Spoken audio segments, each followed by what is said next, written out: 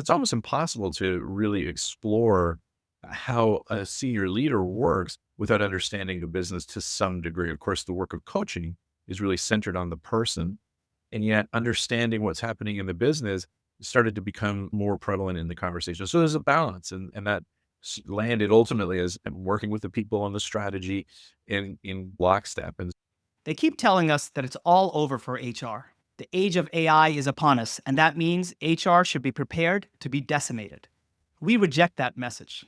The future of HR won't be handed to us. Instead, it'll be defined by those ready to experiment, adopt, and adapt. Future Proof HR invites these builders to share what they're trying, how it's going, what they've learned, and what's next. We are committed to arming HR with the AI insights to not just survive, but to thrive.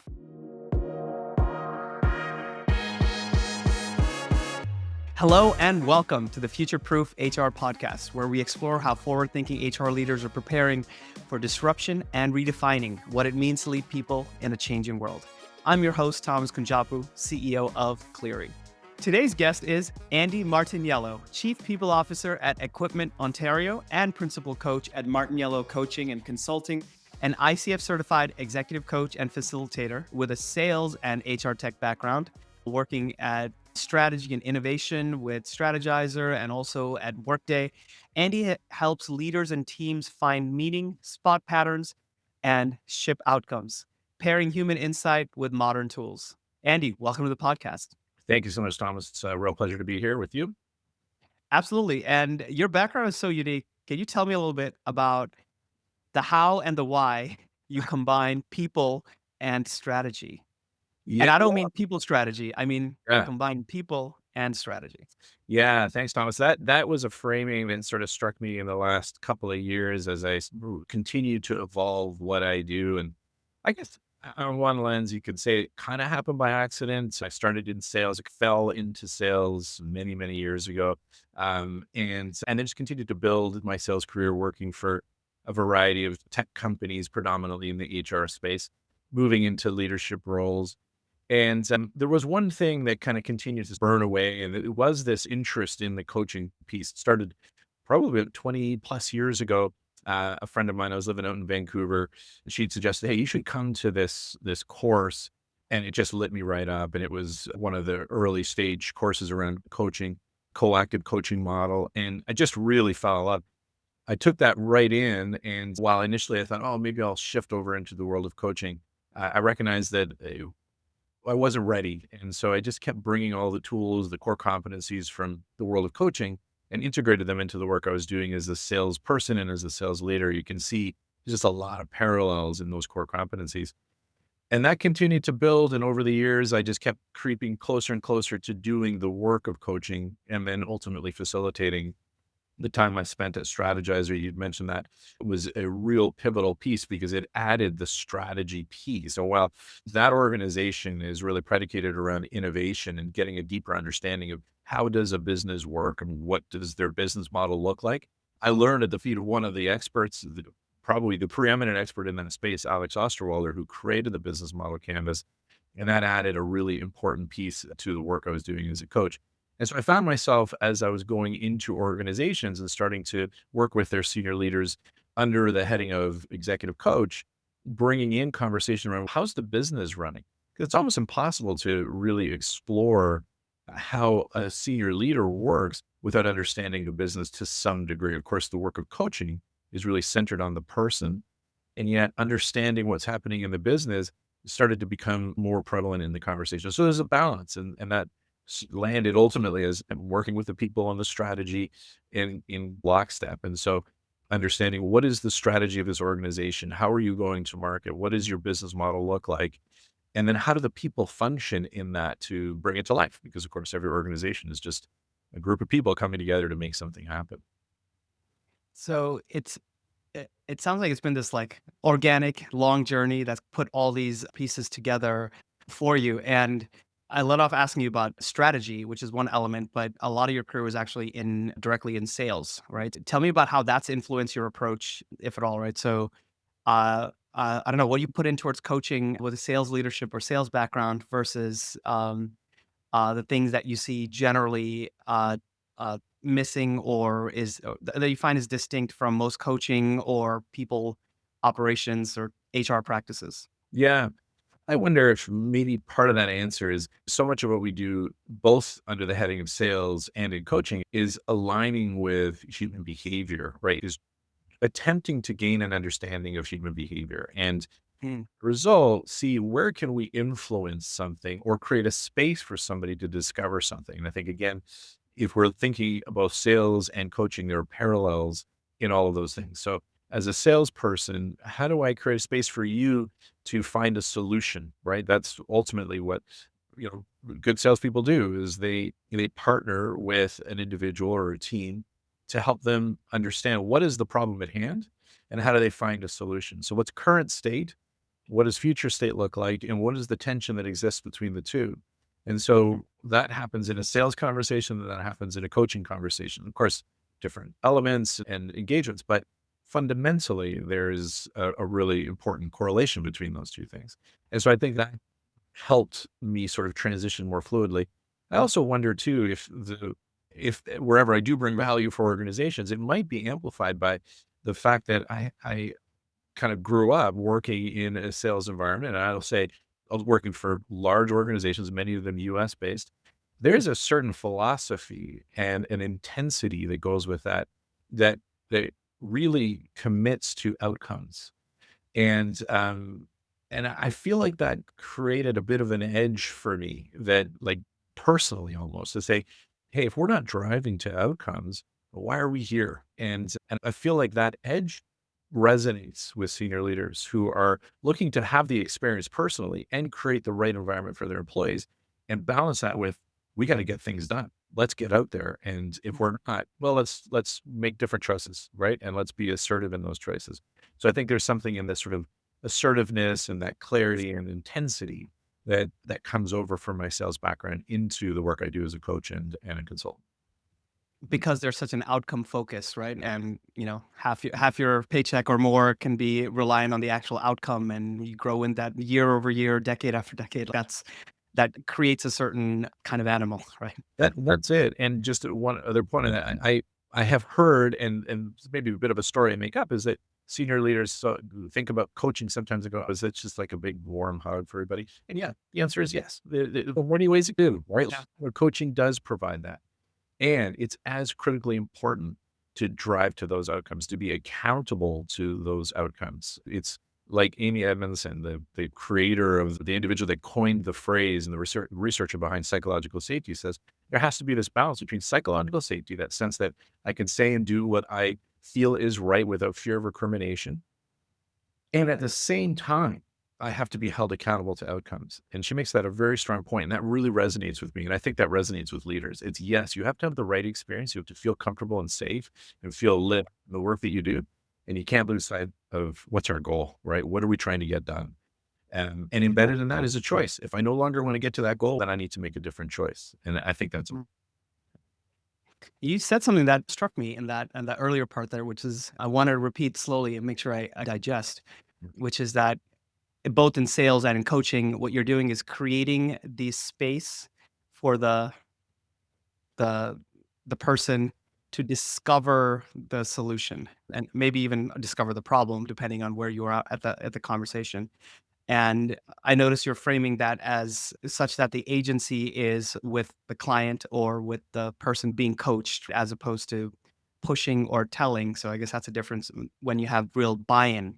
Is that kind of the distinction that you're going for there? yeah, absolutely. That is a core shared piece, I would say, between both selling and in coaching. One distinction, though, above and beyond, and I would say a divergence is as a salesperson, I do come in with an agenda. Like I do want to partner with you to help you find a solution. And it's important that it's my solution that you choose, right? Mhm. I'm finding that balance between, hey, I want you to get what you need, and I want that to be what I have. With coaching, it is critically important that we don't go in with an agenda for the person. We go in with an agenda for the structure, for what we're holding here, for sure. Mhm. But whatever you fill that agenda with is entirely yours. And at the end of the day, whatever you choose to do is up to you. Now, I will say though that circling back to that, as a coach, if at the end of our coaching relationship, you find yourself exactly where you were and nothing has shifted, I would take that heavily. It wouldn't work for me. I would think that, while again, it's not my agenda to drive whatever it is that you want, it is within my agenda to say you shifted, you grew in some way, or something changed for you, because that's why we're here in the first place. And that could be to fix a problem, or it could be to expand. This is another important thing that a lot of individuals, and I do find this, I work predominantly with executives, so that's the bias, that's the filter I bring, is they say, well, what if there's no problem to fix? That's okay. Everybody tends to have something to work on, but if it's not something that really stands out, what could you do more? Where could you expand? What's really working today for you? And if you were to focus some more energy and time on it, it would exponentially grow by a factor of some 10x or whatever it might be. That's something that essentially almost always results in the individual, when they start to think of that, starts to uncover, okay, well, to do that, here's what's holding you back. Oh, okay, so here's something that is creating some kind of constraint. It's not an enormous problem, but there's a constraint there. And if we unlock that, you'd continue to build something, or maybe discover something that you hadn't even thought of in the first place. So those are the opportunities. But if that's not happening, I would say that is in my agenda for a coach conversation, is if, again, at the end of that cycle, the individual's going, nothing, I got nothing from this. Well, that would be a failure for me. I would consider that way. Yeah. Got it. So you're just looking to create like motion, not for its own sake, but in the belief that there's growth available for all of us, if not just to improve the positive. But then you also said that one of the key distinctions is that you don't necessarily have an agenda. The how things happen isn't preordained as you go into conversation, and that's a common thing I hear in coaching stance. Now, I want to challenge that a little bit within the context of a lot of HR leaders, right, who do this role part-time. So you're both a part of the stakeholder group in some ways, right? If you're part of the C-suite, and yet you also play this part-time role, and often significant role. One of the many important things that you might do as a chief people officer is to play this coach role for the executives that you're surrounded by. Now, in that case, given that you're deep in, it's very different, I would argue, than an engagement where you're just coming and working individually with a person. You're coaching a series of people within the context of an organization that you yourself are a part of and will be developing opinions on how to win entirely. So how do you approach that in those instances, or what advice would you have for peer CPOs, CHROs who are obviously often doing that, right? As Yeah. part of their work. Yeah, it's an excellent noticing, Thomas. It's a really good point. Going into this particular exercise and project that I'm in, it's critically important that I maintain some neutrality that says I'm finding that balance between those individual interactions, working with them and exploring. Of course, and I work with a group of incredibly talented, deeply experienced, highly intelligent people who are really striving to create an outcome and are working in a very complex environment because they're merging two organizations. And so then there's lots of history and all of those things. So coming into it and say, okay, how well can I gain an understanding of what is and I'll go back to that word agenda. What is the agenda of the business? What does the business need? And how do we place that as our North Star? And in that, I leverage that to help maintain that neutrality, because you're exactly right. If I reflect on a year ago, it was different than it is today, because today I'm so immersed in the day to day and the conversations, not just with the leadership team, but with the entire organization, because I do go across the complex and work with people at every level. And so I gain an understanding, and I, of course, see the patterns and one of the core things that I'm there to do.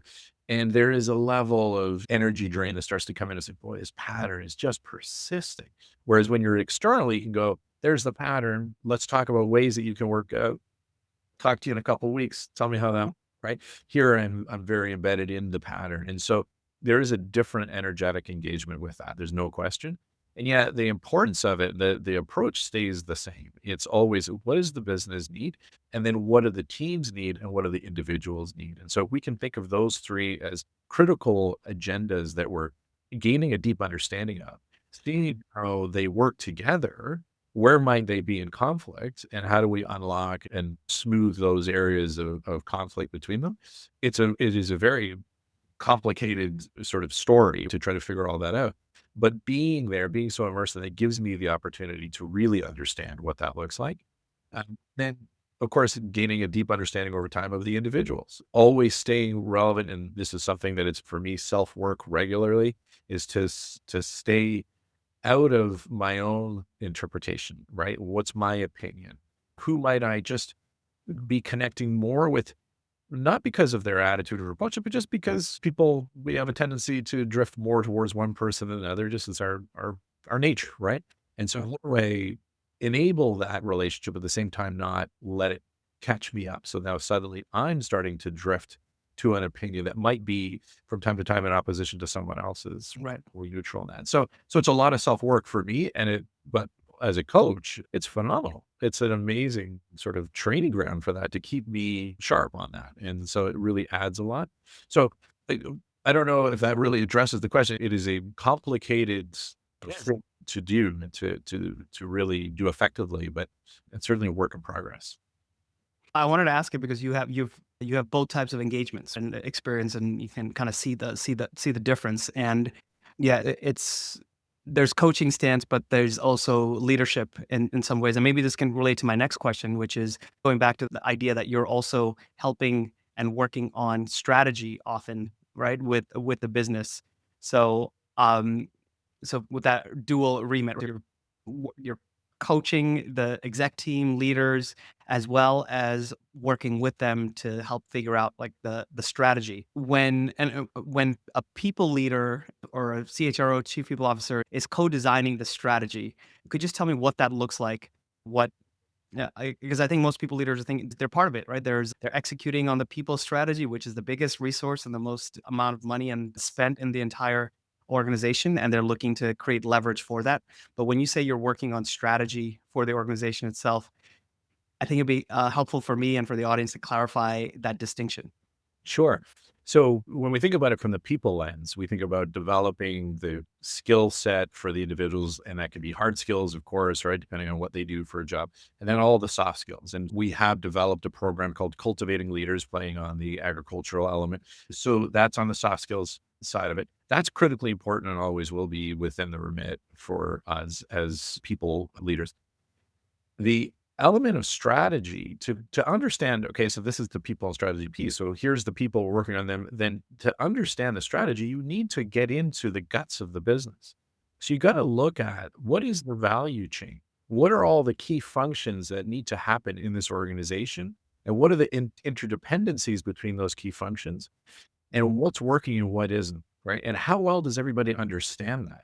And so to start that, we got to dig deep, right? And look at each key function and start to really itemize what happens under this heading, right? So if it's fleet, facility, sales, marketing, right? What are all of the things that need to happen? And structure in a workshop format and extract a deep understanding. And that can accelerate depending on where the organization is. If they've got the answers already, they're already there. If they don't, then you start with that work. And the upside of the closer they are on that scale of we know, obviously, because we've been doing this for years and years, but as is commonly the case, there's a distinction between knowing it and then being able to really articulate it. And in the articulation, you can identify, okay, then what's working and what isn't. And so in that work of bringing it out, the exercise itself is a massive education for everybody in the room, including the people that have been doing it for years. Because and now you start to identify the patterns, right? And I know that part of our conversation here, of course, is about AI. And AI has been really fundamental, central to this work of taking all the outputs to that as one of the early exercises that I ran with this organization and starting to inject those transcripts into my large language models and saying, okay, what do you see? What are the patterns? And bringing those back up and then using that, which again is a coaching practice, is as coaches, we're reflective practitioners, right? We go, here's what we heard. We hold that up as a mirror and say, what does this mean to you? And so you do that on the organizational front. Go, here's what I'm hearing. Here are the patterns. And people are like, oh yeah, we do struggle here, right? You can Mhm. have a visceral response usually when you bring that. Everyone's, oh man, yeah, that's a thing, right? Yeah. Okay, so let's put that in the list of things that we need to think about to help gain a deeper understanding of, and what do we need to do differently there to change the outcomes, right? Where are the enablers and blockers embedded in all of this? And so you go all the way through and understanding that at the end of that value chain sits the customer. So how well do we understand that customer? So to do that, I would bring back in the strategizer framework to say, how well do you understand your business model? And again, it's amazing when you really unpack that because so I grew up in this business. I understand how to do this. And they do. The evidence is clear. And so when you get into this, like, how will you articulate your business model? What are your value prop? What is your value proposition? Or do you have multiple elements to your value proposition? How are you driving that to your customer segment? How are you keeping that alive? How do you make money? And then what are the backstage, as we refer to it in the business model world, of what are your key activities and resources and partnerships that are enabling this work? And what are the costs that are associated? And how well do you understand that profit formula that sits at the underpinning of a business model? And so to get to that level and understand that, put it all together, you then say, okay, so then how are we activating our people in this? And where are they getting stuck? Where are the places they're like, okay, we're going, it's working, and then boom, here we continually stall, right? And we understand, okay, should we even be doing this? Right? We can answer that more effectively when we understand, well, yeah, because we checked it against the flow of work. Or maybe no, we don't even know why we do this anymore. Things have changed, whatever the case may be, right? So you got to kind of go into the source code of the business to then understand it in a way that you can start to diagnose and interrogate each piece so that you understand what to do differently going forward. So if I understand this right, it's part understanding the org chart, but really that's just a holding spot for the overall value chain, starting from why a customer would buy all the way down to all the internal guts of everything. So it's almost like a big process map of the entire organization that you're bringing out for people who might be in little pieces of it, but are not fully aware of what's happening. And it might be like, oh, you feel that viscerally I'm seen when someone puts a name to something that they've been seeing in terms of how they're collaborating across groups. And the tactics here involved to enable this, it sounds that typically goes beyond what a coach or a CHRO tends to do is probably, let me ask you. So I think it involves like interviewing, obviously, like you're talking to key individuals in different groups, but then you're also studying internal docs to really put the pieces together to understand, and then also asking a lot of questions with the right framing and the right groups that are not so much about how do you work, but how does this work? Yeah. Yeah, absolutely. It's a combination of all of that. And you mentioned org chart. Org chart is the secondary piece. We layer that on top of this. This is, I would say, the source. We do that exactly. So my method is always try to start as small as you can with the people that have a very informed opinion and extract everything you can from them. So that's what I did is I sat with the core senior leadership ownership team and went through all of the key functions, sales, service, parts, key critical for us, fleet, facility, all of those things, right? And really interrogated each one. What are all the critical things? And then all of that output, I then, to your point, go to others and go, hey, this is what we think this is. What do you think? So that we're not starting with a blank slate, right? And they're now helping us edit and we're iterating on the understanding. And so by the end of it, we get to a really concise and pretty fully thought through opinion of what is needed in each one. And in pockets, I got, oh, no, you're missing a whole thing over here. Or their reflection was, no, that's not how it is. And what the learning was for me was actually that is how it is. This is how the business needs to run, but your understanding of it is now I'm getting some clarity in terms of how you understand it. And now as a result, might be able to see why this isn't working so well, right? Mm. And that might be because you simply need to understand it better. Or very occasionally, maybe this just isn't the right role for you, right? You might be in a position that isn't the best suited, and you're in a position where of influence. So we need to rethink this, right? So how do we partner with you to get this to work well? What do you need? What support do you need from us? So that all comes out of that exercise. And then you elevate that to say, okay, so then how does the org chart look? Over and above this. And so that now you're putting the people into it. So you start with Mm. here are the functions, and now you're putting the people into it. And then of course the next layer is that do you have the right people? Do they have what they need? Where are they enabled? Where are they blocked? What training do they need? Do we need to the classic Jim Collins change your people or change your people or whoever we ascribe that saying to that's the part that starts to service us back into the people part, right? So we go into the Right. deep into the strategy, into the into workings, and now we go into the people part and say, okay, now let's layer that on top and see where we're at, where we are. This has been a fantastic conversation so far. If you haven't already done so, make sure to join our community. We're building a network of the most forward thinking HR and people operations professionals who are defining the future. I will personally be sharing news and ideas around how we can all thrive in the age of AI. You can find it at gocleary.com/Cleary-community. Now back to the show. And I guess simplistically, the counter model that's most prevalent is that first part, however deeply it is done in terms of understanding the value chain and how the different parts of the business interact with each other and the market, is in some ways delivered to the chief people officer, right? Or they're a customer of it, or they assume it as an input into everything that they're doing. But there is, and I thank you for going through that a little bit in some detail, is that there is an opportunity, and depending on the organization and the context, for the person in this seat to actually go in upstream a little bit and dig and find and create value that can help align the entire organization and also including your own downstream work, which is working on tuning the people, not just the system itself. Right. So you mentioned some of this, but how has AI impacted this work that you do? So we talked about executive coaching and individual coaching, strategy work, and just like being the chief people officer, right? And in some depth about some of the processes and things that you're doing day to day. So how is this revolution that we're in the midst of changed things so far?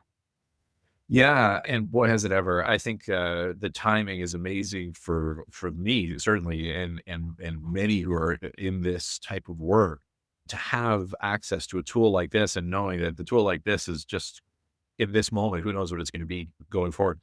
So that example that I gave, taking outputs, right? So I do that regularly. I record, and of course, from an ethic perspective, make sure everybody knows that everything's being recorded, and everything that's going to come out of it is an amalgamation of what's recorded. It's extracting the themes, the key learnings. It's not about, hey, you said this, and now we have you on record. And so I take that output and I run it through. I use ChatGPT, so I run it through the bot and I prompt and I really engage with it. So I consider AI a thought partner. I will put that into the bot and say, okay, so here's a conversation I had. It was about this. To give you some context, what are the patterns you're seeing? What are the key points? What are the action items? And it'll, of course, extract all of that, right? And then I'll iterate with it.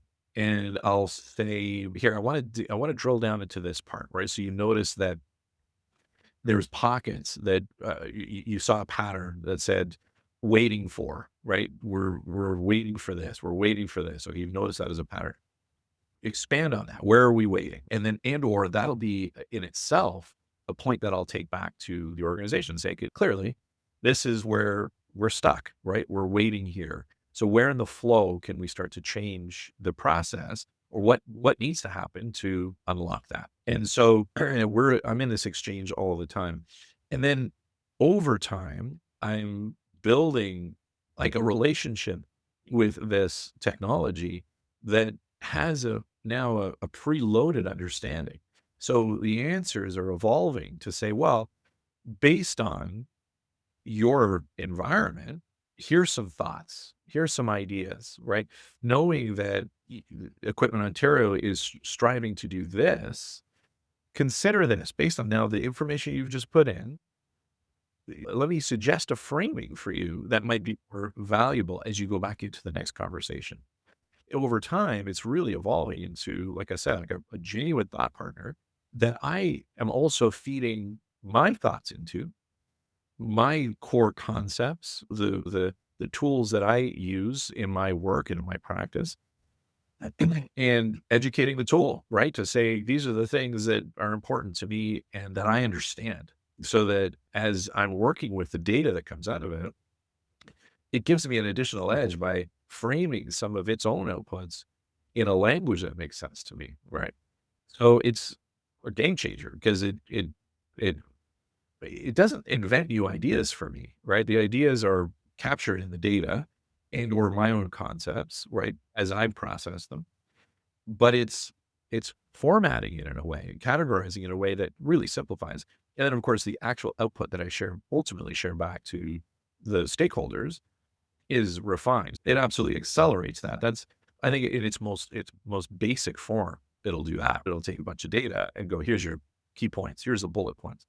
If anyone's taking those bullet points and just going, here, this is, we're really missing it. Like the interpretation piece remains with the human. And I think that's a critically important element of it, right? Like we need to take that data, make sense of it, and identify, okay, so you've established these patterns, but which are the patterns that need to be highlighted? Which ones are the ones that have the most meaning? Will have the most understanding the context to the degree that I do as the person that's in the mix of it, right? So yeah, so it's a real partner for me, and I certainly use it regularly. So thanks for going through that and it sounds like it's a pattern that I've seen many times for tasks that are important and sensitive, which obviously coaching it falls into that, where the data is sensitive and the outcomes and how it's presented is sensitive, where AI can help with the analysis phase in a particular task, which is hidden within the multiple steps and brings those steps in the middle uh, to an outcome faster. So the input and the output is controlled by you, the human, with a lot of context and massaging, and the intermediate steps where as a coach, it's not replacing any conversations. You're not doing an AI bot conversation. You're not getting a presentation out to the group automatically. Even though some of these things are possible, I don't, you can debate the quality. It's interesting to like kind of talk through or understand where you landed in terms of a process so far with that. So then, if you look forward, do you think the growing up of this technology and the increased prevalence of it over time, is it going to reduce or increase the demand for human coaches? That's obviously it's a very tricky space. I think that the prevalence of coaching will increase simply because I think there's an accessibility that AI is going to enable, right? So it's going to enable more coaching, right? It's going to reduce costs. And so I guess the upshot of what I'm trying to say here is that more people might move towards coaching as a result. There may even be an interpretation of for anyone who is holding back to work with a coach because of any sort of insecurities or sense of like, I don't want to share this with another person. There might be that, right? They might feel they can bridge it more easily, right? Mm. I can't really reflect on generational differences, but maybe younger generations with a higher potentially innate comfort with technology, right? So all of that might be true. I think when you consider the advancements, and even if we look at it was the AI actress Tilly Norwood. Am I saying AI actress? yeah, have you seen this? I don't think so. Yeah, Google this. This is quite a thing. So there is created a real stir in Hollywood, right? This AI actress. You look at the footage, you're like, no, that's just an actress. That's a human being acting. And Mm. Hollywood is reacting, going, you can't call that thing an actor, right? It's all technology.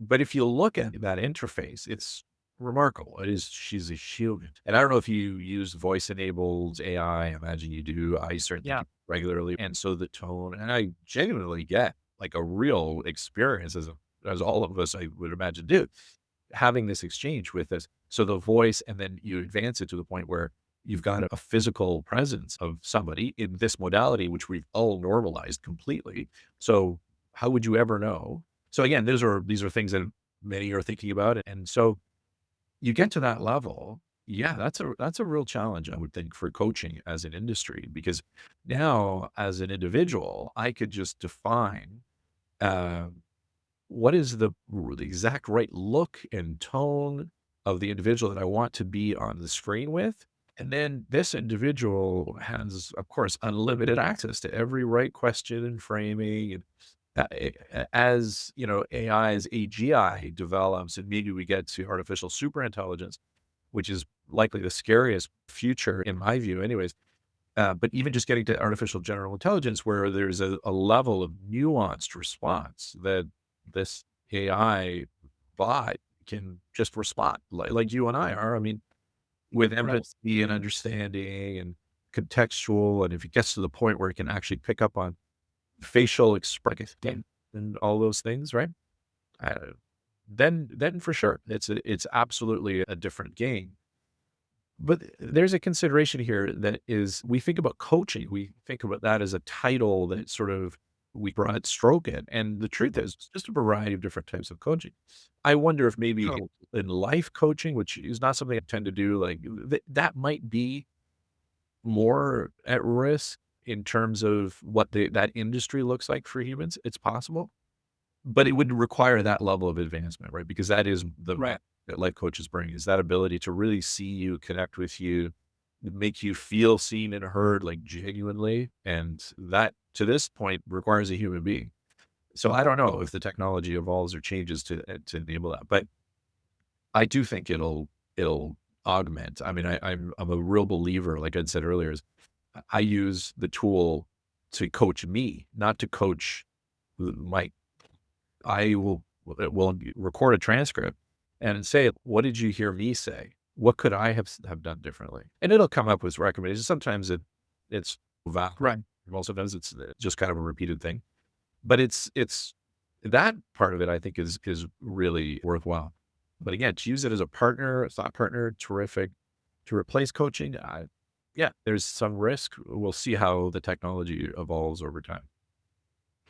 And then what about in the world of from the CPO chair and people operations chair? Have you conducted any experiments leveraging AI or any examples where it's made you or the team faster, better, or failed experiments as well? Yeah, I think if I look at the broad body of work that we've done, I ran a feedback survey, I call it the yield check, and we're playing on the Nice. agricultural. Yeah. And so pulling that in all of the insights and so running helping to frame out, okay, here's what we want to know, right? Here's the key things. Help me build a form, right? So pretty simple, right? So, here it builds a form, fire everything out, get all the inputs, right? And now help me translate that, right? To really understand what's the core issue, extracting all those things. And where I would say I wouldn't say failure because I don't let AI run unchecked. I would never just go here, direct connect between output and to audience. But embedded in there, for sure, there's misinterpretations, lost tone, I would say, like some of the things that it was recommends saying might be too harsh for Mm. what the audience really needs, and it kind of misses that. So anyway, interpreting all of that output and then using that into, okay, here's the feedback. Here's what I'm sending Mm. now to, and then to run one more, say, what am I missing? What should I watch out for? And think about the context. So I'm saying to a group of people with expectations, here's what we heard. Here's what we're suggesting. Here's some actions that we're going to take. What do I need to watch out for? And it gives some obvious things. It's do the thing that you're saying you're going to do, so on and so forth. But it's good to just again sense check all the way through. And so it's helped build that out. The exercise that I was talking about earlier, that deep sort of interrogation of the value chain, I use that to then evolve into a structure using responsible, team, and informed, right? So it's a version of sort of a rate Routine. RTI, or it's actually the ROTI is, but I took out the ownership piece just to like, make it more accessible to the group that I'm working with. So this RTI framework, responsible team and informed. And so I said, okay, help me start to frame this. And again, using that as the first iteration, because then I took it to the humans and said, here's what I think people should be responsible for, and the team should be responsible for. And here's where the leader should be informed. And what do you think? Help me evolve this and make it real. And so again, now it's almost like the three of us as stakeholders, me, AI, and the leadership team, we're really working in collaboration to co-create the final product. And at this point, AI took a back seat, right? It's done its work. Now it's us as a group of humans coming together to say, okay, how do we really make this come to life? So if we need to understand this particular critical leadership role and through the lens of RTI, okay, what are we making real? And let's debate it and then Mm. agree to it. So now going forward, we can all say this role looks like this. And we all agreed. Everyone had a voice and we brought that, but it was such an enabler to accelerate that. I would say we could have done that work without it, but it would have taken weeks and weeks, maybe months versus days. We really got that thing done fast. Just an idea based on what you're saying. I wonder if there is an internal product that could also be coming out of this where I know the inputs initially are private, confidential interviews, and there's the transcript from that, but then that is then translated through a lot of conversations into a set of intermediate output, Yeah. which could also then be part of an LLM, which then anyone in the organization maybe could interrogate for questions of the moment where they're trying to understand, either poke holes at some of the logic or continue to evolve it. And it's almost like a shared understanding of our strategy, right? It's like this internal brain of all these answers that we've spent all this time drafting through all these conversations and heavy thought outside of the tooling itself. I love that idea, Thomas. It's such a good thought. Like to even have a space where the questions are captured, right? Because there's so much insight in the question, right? We start to see patterns in the questions that people ask, or the type of questions, or the language of the question. And so Mhm. how do we extract all that? And I think there's an amazing opportunity to do that, right? This sort of knowledge base that doesn't just sit there statically and go, here's all of the things that were said. It interprets it. It runs some analysis on it and says, hey, catching this. We're getting a lot of these questions. I have to think that there's that technology exists somewhere. I don't doubt it. I mean, his knowledge base is attached to all our software platforms. I'm imagining that they're already well into leveraging AI for it. But I think internally within our organization, if we could create that connection, I think there would be such a quick sort of input output sort of response, because we'd be able to extract that and get signals and patterns that we could start to evolve. Where are we focusing our attentions, and what's more important? How are we prioritizing it? I think that would be hugely helpful and informative. So Yeah, it's interesting. The technology exists, but it's more about the proprietary data, right? That it takes a lot of time and effort that what you've been talking about in terms of getting out and creating all this alignment around across dozens and dozens of people.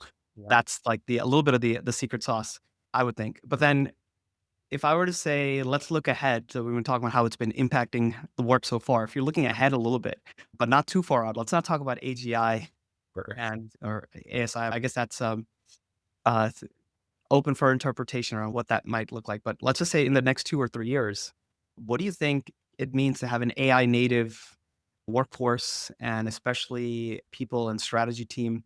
Um, what does that look like for you? Well, I think it really is staying curious as to how do we pull this tool further in? How do we really socialize the value of what I'm doing? And I'm already starting to see it, frankly, as the tools that I'm using. I'm sort of informally encouraging others to start to do the same, and we're seeing it across the organization. So I would say over the next 2 years, what would be ideal is that we evolve to this just becomes table stakes. Even if we were to say, okay, well, hold it, freeze in time, the tools as they stand today, from a recording perspective, what should you, so just doing this, but then again, using some real thought around, okay, but how do we use it? Because I think Mhm. if we were to suddenly just push that out to the whole complex of all of our team and individuals, I think people might start to create some shortcuts. They might misinterpret a little bit of the value. But I think if we slowly embed this into, here are the ways in which we can accelerate. So I'll give you an example actually that's top of mind is that we're rolling out a new platform, sort of a CRM platform that's really common in our industry. And like all CRMs and all sales teams, and I say this authentically, having been in that seat for many, many years, it's often a challenge to get the data into the system, right? It's one of the things that the managers are always complaining. It's got to be in the CRM, right? And so immediately I think, well, how can we then leverage the tools at the most basic form? Like, how can we have our team recording coming out of, our group works in farms, right? So they go coming off the farm, and before you drive to the next farm, you say, hey, here's what I just narrating what it is that you experienced, what are the action items, and just having that all immediately, obviously the transcript gets produced immediately, and then trying to create a link as quickly as possible. Still probably a human link, at least for now, right? In the prototype as we're inventing it, to just say, okay, extract the key pieces, drop that into the CRM. It's rudimentary, but huge time savings, right? And really, if this works, it would create a level of sort of efficacy in this, right? Because that doesn't necessarily always exist.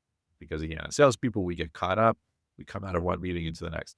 I'm and making this up. I don't doubt that there's already huge advancements out there with recording devices and things that are already happening.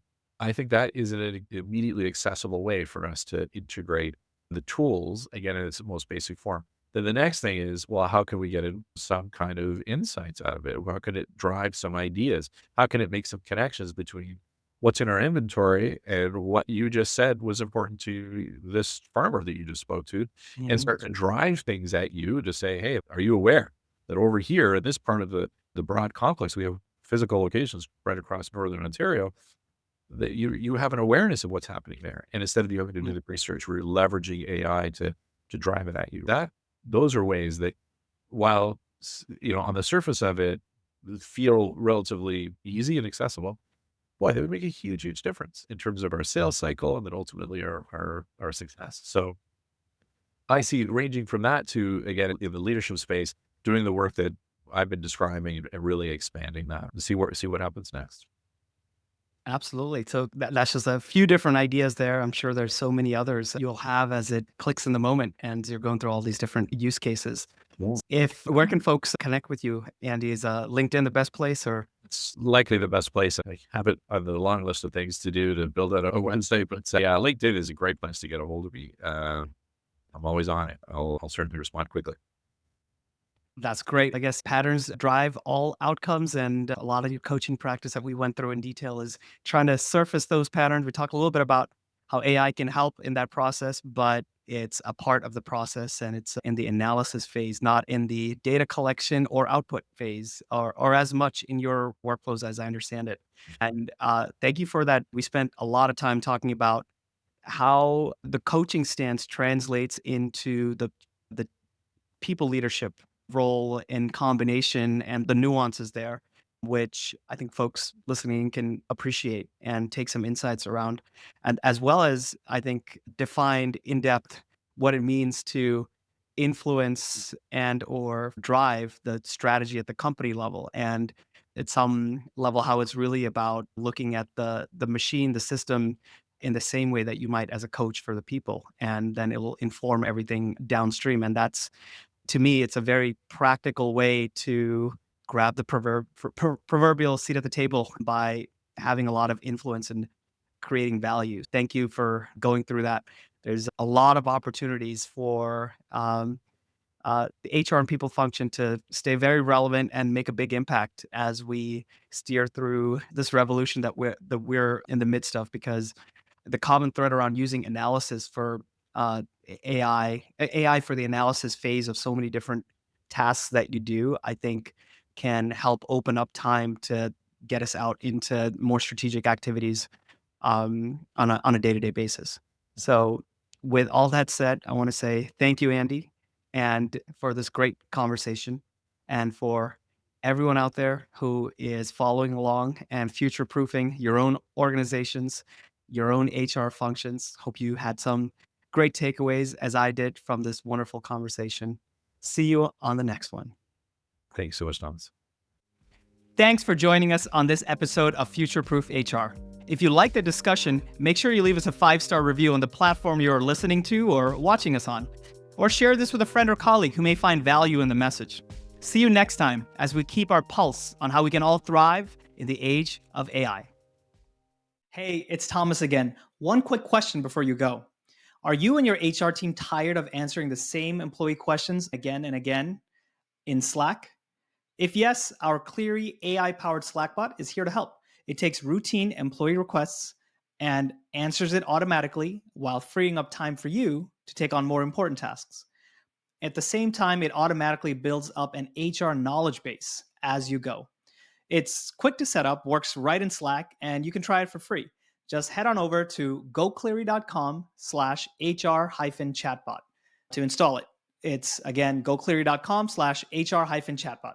Thanks again.